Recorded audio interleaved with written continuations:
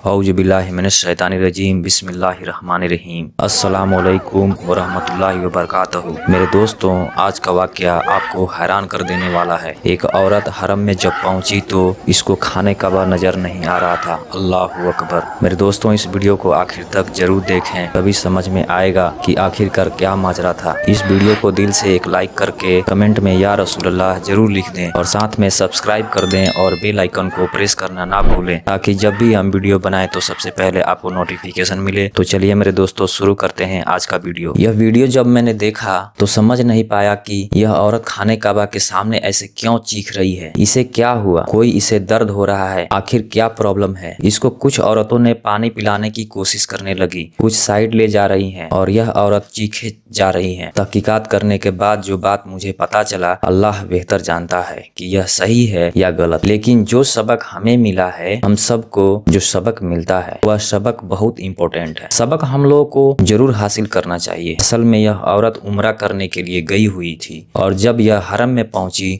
तो खाने का बा इसको नजर ही नहीं आ रहा था। जो पता चला है खबरों से बिल्कुल सच है। वो अलग बात है कि इसमें कितनी सच्चाई है, कितना इसमें झूठ है, वह एक अलग बात है। लेकिन जो मुझे पता चला है उसके आधार पर भी जो सबक हमें मिलता है वो बहुत इम्पोर्टेंट है। जब यह औरत हरम में पहुंची तो इसको खाने का बा नजर नहीं आया तो यह परेशान हुई। सबको खाने का बा नजर आ रहा है, जो साथ में औरतें हैं और जो लोग हैं उन सबको नजर आ रहा है। खाने का बा हमें क्यों नहीं नजर आ रहा है? तो यह परेशानी में चीखने और चिल्लाने लगी। तो यह जो चीख रही है मेरे दोस्तों, इस वजह से चीख रही है क्योंकि इसको खाने का बा नजर नहीं आ रहा है। अल्लाहु अकबर। कोई उम्रा करने जाए, हज करने जाए और उसको खाने का बा नजर नहीं आए तो आदमी का पागल होना तो लाजमी है। तो वो चीखेगा, पुकारेगा कि अल्लाहु अकबर, मुझसे क्या हुआ ऐसा कि मेरे दोस्तों को नजर आ रहा है, मेरे साथ वालों को भी नजर आ रहा है, खाने का बा सामने है। कितनी महरूमी की बात है कि खाने का बा नजर नहीं आ रहा। इस वजह से चीख रही है। फिर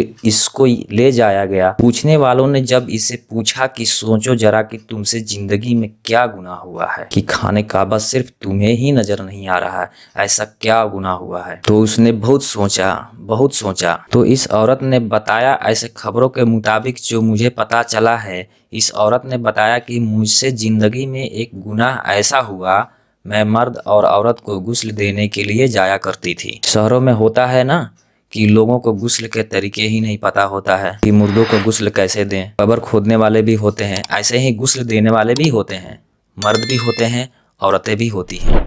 तो यह औरत गरीब घर की थी और गुस्ल देने जाया करती थी। तो एक घर में कुछ भाई रहते थे, वह लोग मालदार थे। एक्सीडेंट की वजह से इंतकाल हो गया दोनों मियाँ बीवी का।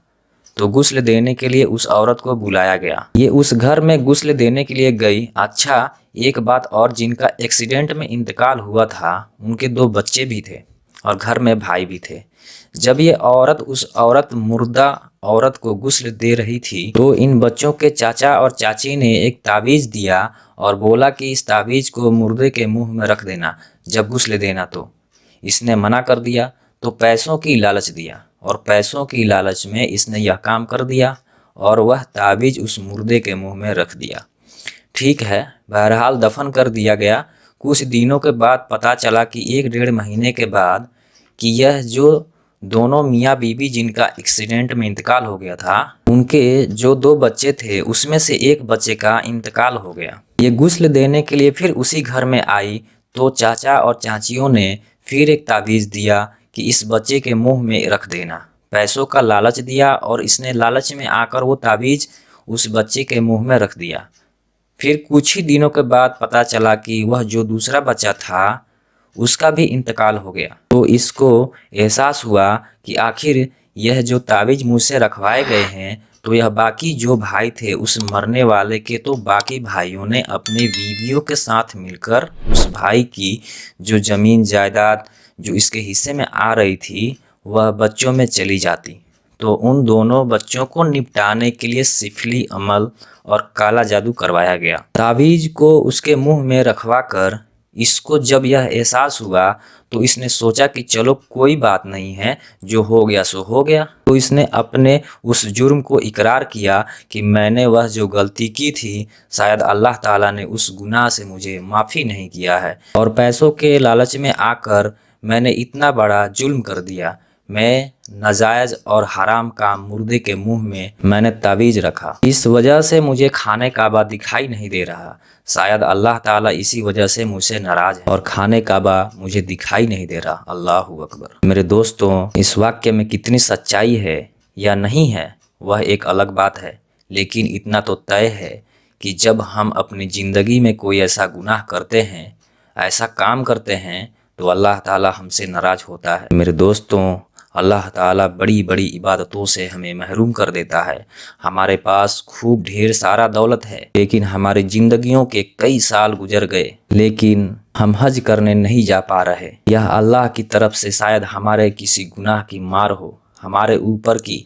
हम हर जगह जा रहे हैं, दिल्ली, कश्मीर, लद्दाख, मुंबई, शिमला, न जाने कहाँ कहाँ घूमने जा रहे हैं, यहाँ तक कि विदेशों की भी सैर कर रहे हैं, लेकिन हज करने नहीं जा पा रहे हैं। पैसा है हमारे पास, लेकिन अल्लाह के घर की हाजिरी हमें नसीब नहीं हो रही है।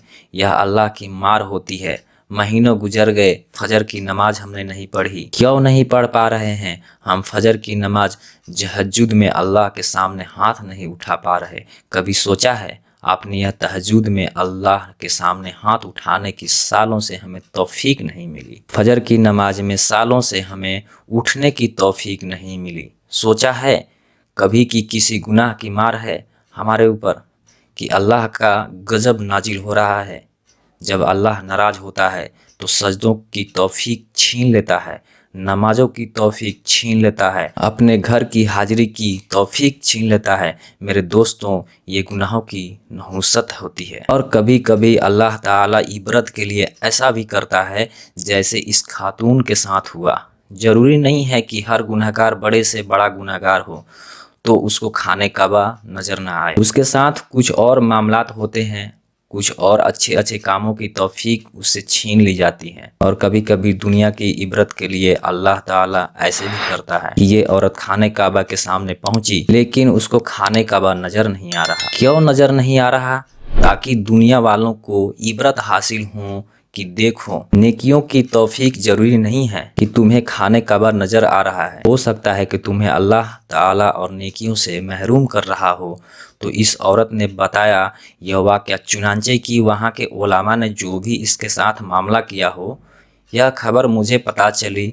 अब देखो इसमें कितनी सच्चाई है। मैं तो यह समझता हूँ कि तावीज़ के जरिए किसी को मारा नहीं जा सकता, पर हाँ, उसने जो गलत अमल किया होगा उसे लग रहा होगा कि मैंने यह गलत काम किया है, क्योंकि किसी के भी कहने पर गैर शरारी काम करना, गुस्ल देना मैयत को, यह बड़ा सवाब का काम है। हुजूर ने इसकी तारीफ फरमाई है। अब आदमी इसी में अगर ख़यानत करे, इसके बदले में पैसे लेकर कुछ गलत काम करे, तो जाहिर सी बात है कुछ गुनाह तो वो होते हैं जो डायरेक्ट हमारी जात से मुताल्लिक होते हैं, और कुछ गुनाह वो होते हैं जो दूसरों से मुताल्लिक होते हैं। जैसे कि हुकूक वाली बात, किसी का हमने हक मारा हुआ है, जब तक वो माफ़ नहीं करेगा अल्लाह भी माफ़ नहीं करेगा। तो मैयत को गुस्ल दिया, और गुस्ल देना अच्छा काम है, लेकिन उसके साथ इसने गलत काम किया तो हो सकता है कि अल्लाह ने इसी नहुसत की वजह से इसको धुतकारा हो। तो मेरे दोस्तों, यह वाक़या सुनाने का मकसद है अपने अंदर गौर करें। यह वाक़या गलत भी हो सकता है कि कुछ और वजह रही हो। यह औरत चीख रही है, हो सकता है दर्द भी हो रहा हो सकता है कुछ और हो।